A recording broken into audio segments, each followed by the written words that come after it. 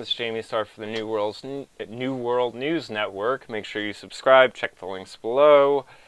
I'm going to do a handful of these quick videos here, these articles that were on the front of my MSN as I opened up the browser. This article I wish I had for my previous video about the aftermath of the Orlando shooting. When I first saw the headline, I thought it was a different shooting attack. When I'm the shooter, it's me, the gunman called local TV station during attack. I thought there was another shooting because the narrative on this Orlando shooting was at some point he called 911 to tell them that it was for ISIS, the reason why he was doing this. So we get into the story, and it basically says that at some point during this whole hostage situation, shootout, Omar Mateen called News 13 to talk to them. It goes on, the guy was getting phone calls about the shooting. This call was different, it was chilling. Do you know about the shooting? Yes, I'm getting calls. The man cut him off. I am the shooter. It's me. I am the shooter. So there's a handful of things about this that it's first off, I think, you're one man, two guns, you gotta reload. You can't reload while holding guns in both hands. You're making phone calls to 911, the news station, and you have a room full of people. Are we such pacified little wimps that this can happen without someone charging him, without someone grabbing a bottle from the bar and cracking it over his head, without someone tossing a bottle from the bar at him, without everyone in there charging him and realizing only a handful might get shot, and it might not even be a fatal injury. I mean, even the gay friends I have, a lot of them go to the gym, they're very nice, fun-loving, but I've seen them at parties when shit's hit the fan, and they will knock someone out. So this doesn't sit right with me. It just doesn't seem plausible. And normally, with real news, you're told about it one day, and the next day there's something else on the headlines. It's the Swiss cheese stories that stay in the headlines for months or weeks and months. You know, your Trayvon Martin story, the Batman shooting, Sandy Hook, and then there's the 1-year anniversary show, and, you know, never forget, always remember, whatever. So, this whole thing just seems so shady to me. It goes on, I guess then he starts talking in Arabic. The guy asked him, please speak in English. I did it for ISIS, I did it for the Islamic State, and then he calls and hangs up. So now we have two accounts of him coming out and saying he did it for ISIS, he did it for the Islamic State, and regardless of whether Obama wants to say the phrase Islamic State or ISIS or any of that is irrelevant to the fact that he's going after registered firearms over it. And the guy used registered firearms. So more gun control is not going to do anything about this. So the government, the people who are actually in government, instead has just used this to further their agenda against their actual political enemy, the American citizens. So this goes on about how he also called 911. He mentioned the Boston bombing, another Swiss cheese story. He was armed with 2 guns and died in a hail of police gunfire 2 days later. Gentili said he was still haunted by the phone call. The whole thing is suspicious to me. Anyone have any insights into this? I mean, am I crazy for thinking this? That this is unrealistic? That you are in here holding up a nightclub, it's filled with people, and you're making phone calls while holding 2 guns, while reloading, because I don't think I don't own guns like that, but I don't think handguns hold 25 clips in a clip, 25 bullets in a clip. Like, it just doesn't make sense. There's something going on here. Someone's got to find out if there's a training exercise or a drill, because that's what it seems like to me. Anyway, so now we've also had Ellen Page. And let me tell you, Ellen Page, movies like Hard Candy, The Tracy Fragments, Ellen Page was great when she first came out. The movies she was doing were absolutely amazing.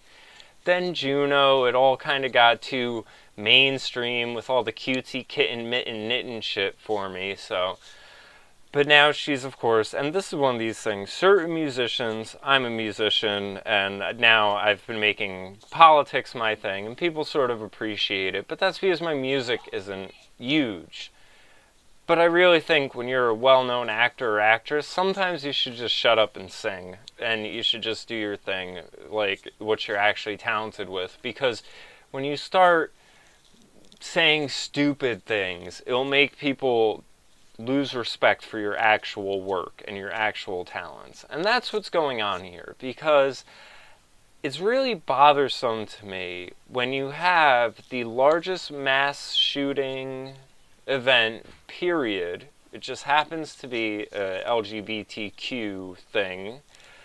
And now you have her saying the reality is violence towards LGBT people is a common thing. You have her saying this is a recurring pattern of violence.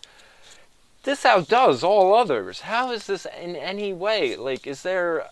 what pattern are you talking about? When was the last one? The last huge one I can think of was like Matthew Shepard. What, 15, maybe 20 years ago? I mean, that was a while. There is no backlash. People don't want to bake your gay wedding cakes. That's not violence. Sorry. Most people, I just don't see it. Maybe she's aware of something I'm not.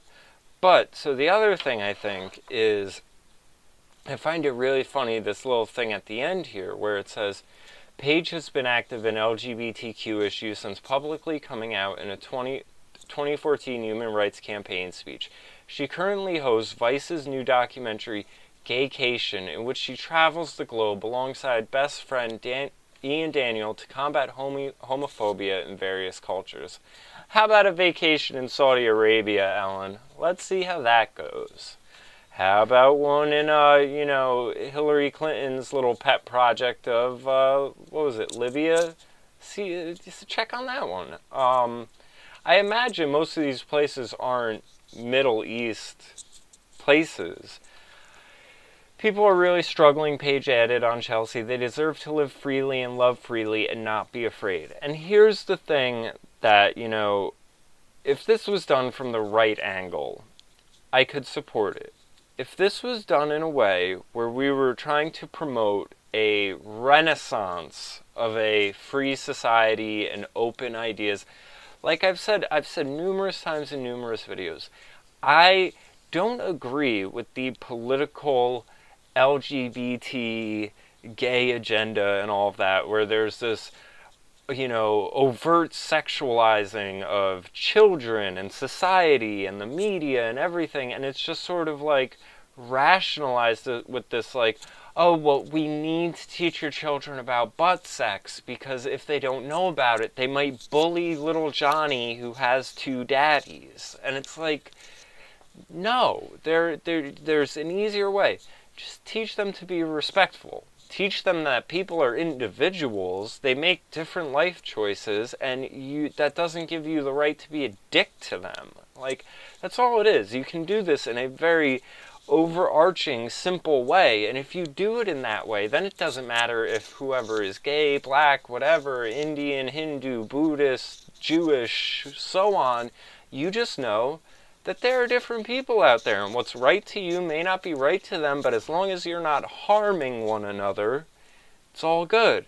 That's the only thing you gotta do. You don't need to be overtly shoving gay shit into everything. Oh, well, Captain America needs a boyfriend so that the gays are represented. No, fuck out of here. Now, you want to live in a free society, we can have a free society, and then if two men want to fool around with each other in a bedroom, fine, let them do whatever.